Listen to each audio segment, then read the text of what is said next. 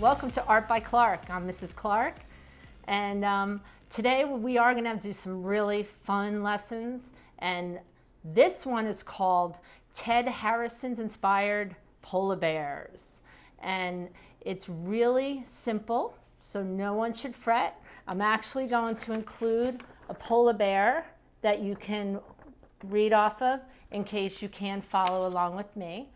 And what we're going to need is 2 pieces of paper, one for the landscape and one for the polar bear, and we're going to do it together. And just to give you a little history on Ted Harrison, because you're probably thinking, who is this guy? Where's he from? Why are you picking this one? Well, I want to take you to Canada, to the Northern Territory, where you have the Northern Lights. It is kind of still early spring here. And basically, Ted Harrison was 1926 to 2015. So is he alive anymore? No, I think not. He hailed from England, but he lived in the Yukon territories for many years, and he is one of Canada's favorite painters. And he loved to put a lot of color into the North. So I saw this and I thought this would be really neat to do. So if you're ready, I want you to grab your 2 pieces of paper, pencil, Sharpie, and some crayons, and let's get going. Okay, guys, we'll get started with the fun part. We'll do the polar bear first. And just remember, think big.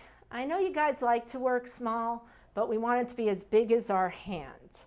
But I don't want you tracing your hand, but I'd like you to do an upside down U or a rainbow. Not very hard, remember? Simple, that's what we want. And then to make this shape, we will then do an oval inside it.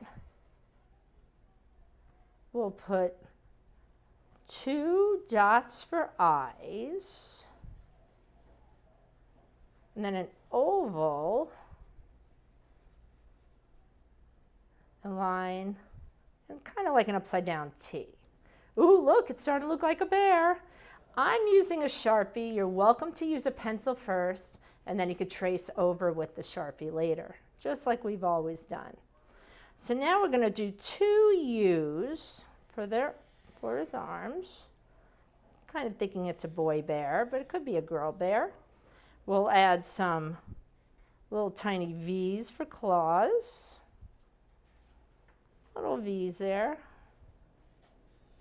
If you want, you could just do lines too.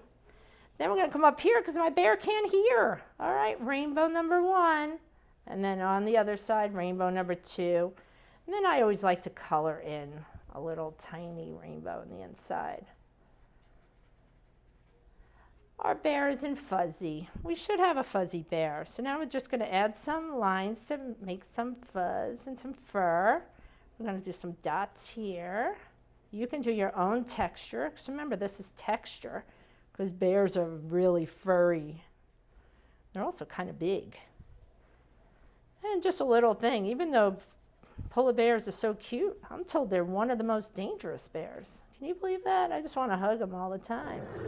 So let's add some more lines here. Add a little bit around here. And if you see, just little lines for texture. So we want to make our polar bear look fuzzy.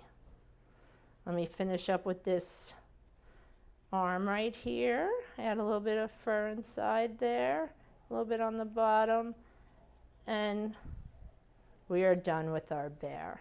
Good job. Now let's do the background. We're going to take another piece of paper. I'm going to push this aside, and if you notice, you can always use the printout that I have supplied. So now we're going to do the background. There it is.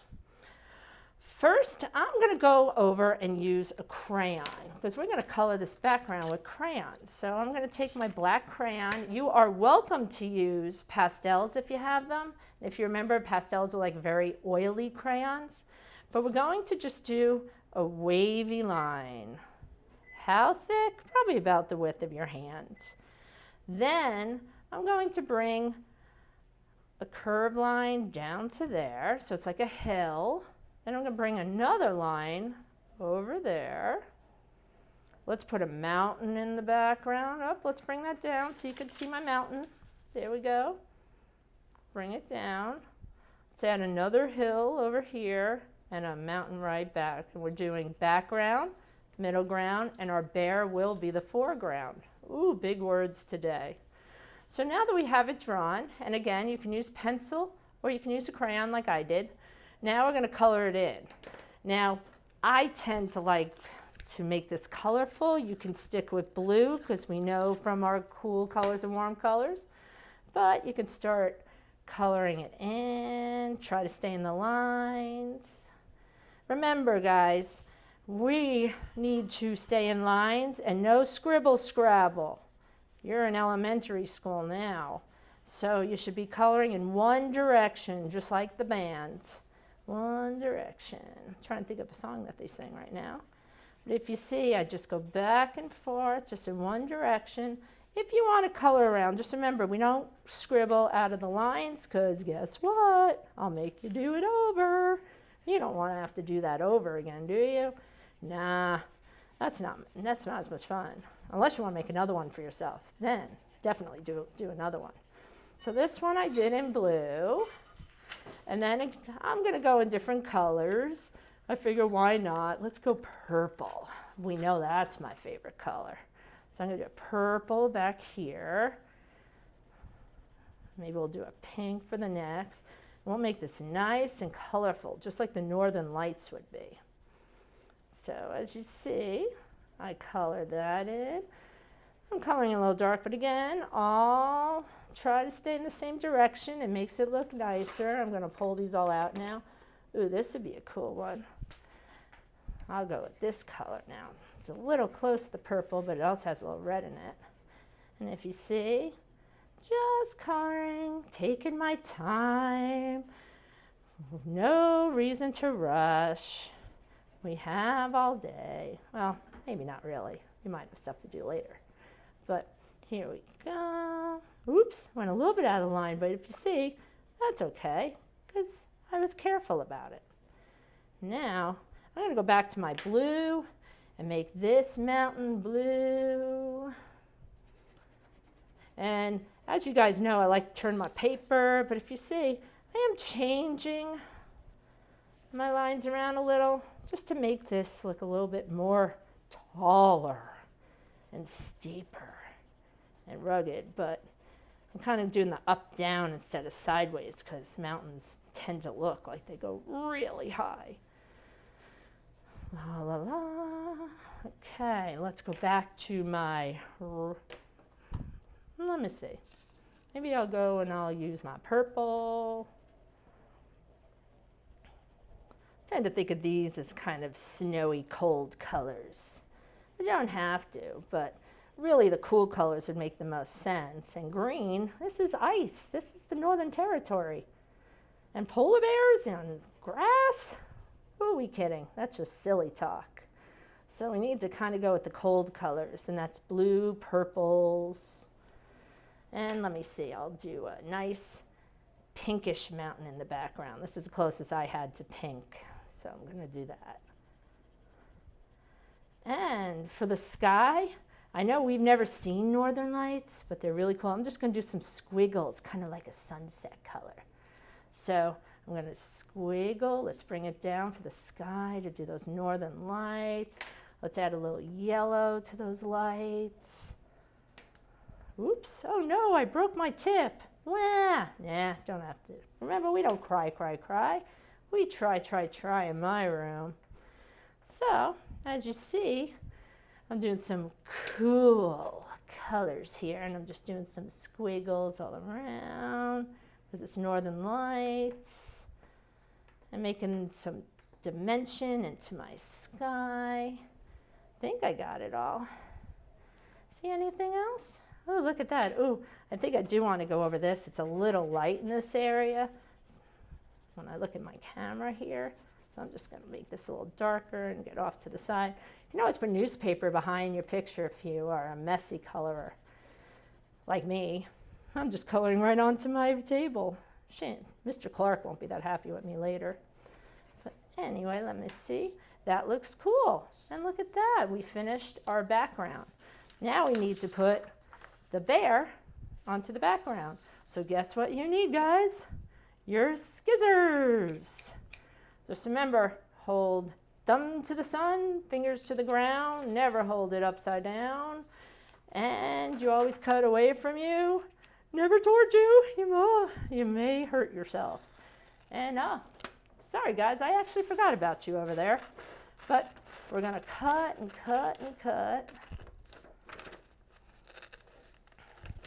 I'm gonna try to cut on the line the best I can. Cut away.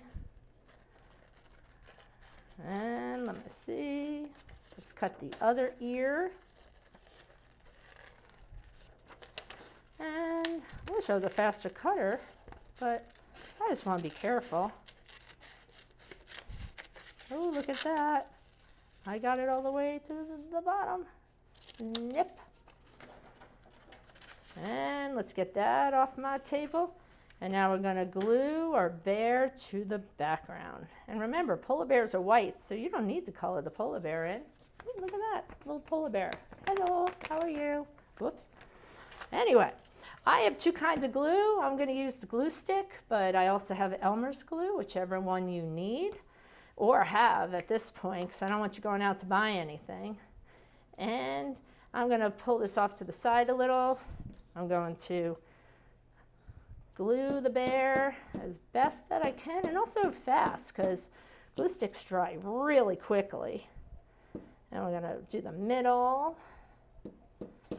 And as you see, guys, the back's all glued. I'm going to line it up on the bottom the best I can. In the middle, you don't have to center it. I just thought it would be a good spot for it. Rub it down. And check that out. We are done. Nice job, guys. Now, what you'll do next is you'll take a picture of this and upload it under assignments, right where you found the polar bear, and turn it in. And then I can see them all. So I hope you had fun, guys. I did. It was really fun. Kind of feels like I'm on the Elmo anyway. It's not much different. It's just, I don't see many of those hands up. But remember, if you have any questions, just do it on our teams. I will definitely write you back as soon as I can. So I can't wait to see you for the next lesson. Bye.